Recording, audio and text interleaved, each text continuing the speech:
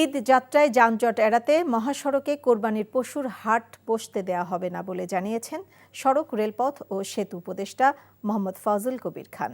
রাজধানীর বিদ্যুৎ ভবনে ঈদ যাত্রায় যাত্রীদের নিরাপদ ও নির্বিঘ্ন যাতায়াতের উদ্দেশ্যে অংশীজনদের সভা শেষে একথা জানান তিনি। যাত্রীদের কাছ থেকে অতিরিক্ত ভাড়া আদায় প্রতিরোধে নিয়মিত মনিটরিং করার কথাও জানান তিনি।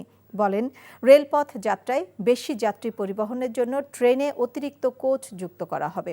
আর স্থানীয় সরকার উপদেষ্টা আসিফ মাহমুদ সজীব ভূঁইয়া বলেন, কোরবানির পশুর হাটে চাঁদাবাজি রুখতে এবং ব্যবসায়ীদের নিরাপত্তায় ব্যবস্থা নেওয়া হবে।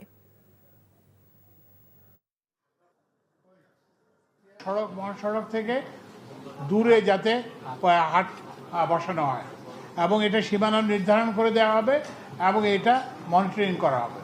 যাত্রীদের কোনো অতিরিক্ত ভাড়া না আদায় করা হয় সেজন্য এটা কঠোরভাবে মনিটরিং করা হবে।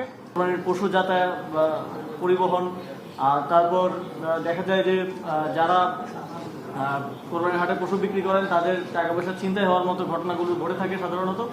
সেগুলোকে অ্যাড্রেস করার জন্য এখানে সকল অংশীজনদেরকে নিয়ে আলোচনা হয়েছে এবং সবাইকে তাদের টাস্ক এবং কাজগুলো বুঝিয়ে দেওয়া হয়েছে। আশা করি সবাই যথাযথভাবে দায়িত্ব পালন করলে একটা সুন্দর ঈদ যাত্রা এবং ঈদের এক্সপিরিয়েন্স আমরা দিতে পারবো। বান্ডেল থাকলে প্রতি সেনমানিতে টাকা বাঁচবে। বিকাশ সেনমানি বান্ডেল কিনে জিতুন প্রতি লেনদেনে।